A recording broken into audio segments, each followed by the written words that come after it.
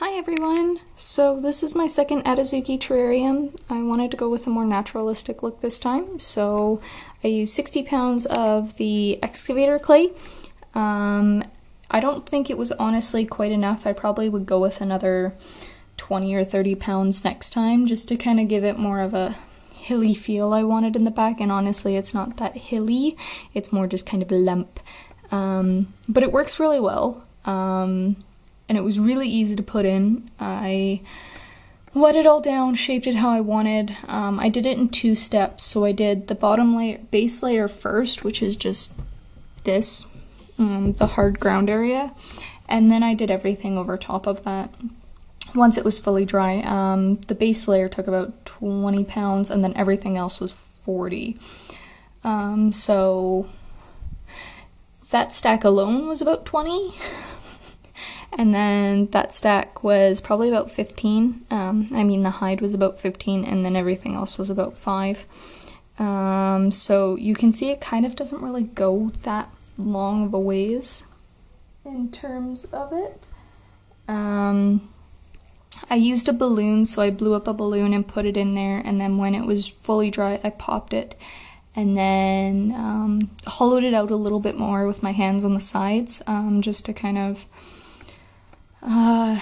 make it a little bit bigger, because the balloon wasn't the right shape. It was like your average party balloon. If I did it again, I'd probably use one of those like balloon animal balloons, or something that was a little bit more oddball shaped. That wasn't so perfectly round. It made it really hard in terms of shaping it properly and getting everything to pack down so it wouldn't just fall apart. It was a lot of trial and error. The plants, some of them are Nat Geo, the Nat Geo line from PetSmart, and then some of them are just PetSmart's like kind of like cheapy brand. I did, sorry, my cat was eating something behind me. I did bury them into the clay to give them a little bit more naturalistic look, but if I need to pull them out, it's as simple as just wetting the clay down, pulling them out, and then letting the clay dry again, which won't be dangerous to the dragon at all. In all honesty, I'm probably, when I switch this out in like 6 months to a year, I'm probably just going to do tile instead of keeping this, just because this took about a week and a half to completely dry, and I don't have anywhere to put my animal in that week and a half. So I'm probably just gonna take it out, switch it to tile, and leave it at that. Though it's a really nice product, and if I had another tank that I could give up for a week and a half, I'd honestly probably just stick with this sort of setup, because I really like it and it looks really natural. I do have a climbing vine in here just to kind of give a little bit more like climbing space. I do have 2 bowls. One's a stainless steel bowl. Ooh, and it's stuck. Ugh, of course. It's just a stainless steel bowl that I got from work, meant for cats, so it's really low down. I'm probably going to be using these ones for greens, or maybe really small roaches, until the roaches can climb out. We'll see. And then this one's actually meant for roaches, so it's actually quite thick. I think it's about 2 inches deep. And that's kind of why I got the climbing vines, so I can put it in like so, and then they can sit on the climbing vine and go in, but they might just be able to jump in. So it's just going to kind of sit like that. And then I've got the stacking rocks on the basking spot, my 24-inch Reptisun UVB, which is no more than 8 inches away. And then I've got my dome light up top. Sorry.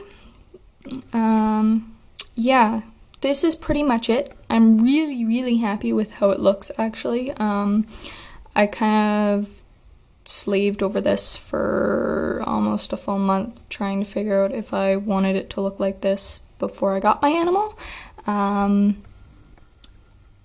Yeah, but I haven't touched it much since I finished putting the plants in. Without the plants, it was really barren. I really like simple, but in the case of when it's a 75-gallon tank, which is 4 feet long, 18 inches wide, and 24 inches tall, I really needed to provide lots of foliage and cover to kind of allow them to feel comfortable and hide. Yeah, so we'll see how this goes. I'll give an update probably in a couple months when I've tested it. I'll tell you how the stacking stones go in terms of poop control, if they even poop on their basking spot. Yeah. So there it is. This is the tank. There's the Sicky Girl Thresh. Just an update on her. Yeah. Sorry I keep saying so much, but just there you go. And I am planning on getting a LED light for the darker side just because it is quite dark. And I just want to kind of brighten it up a little bit. I am planning on doing the same for Thresh. It's a money issue. There's only so much I can actually afford. So probably next month or the month after, which would be July or August, but we'll see. Yeah, there you go. I will talk to you guys later. Bye.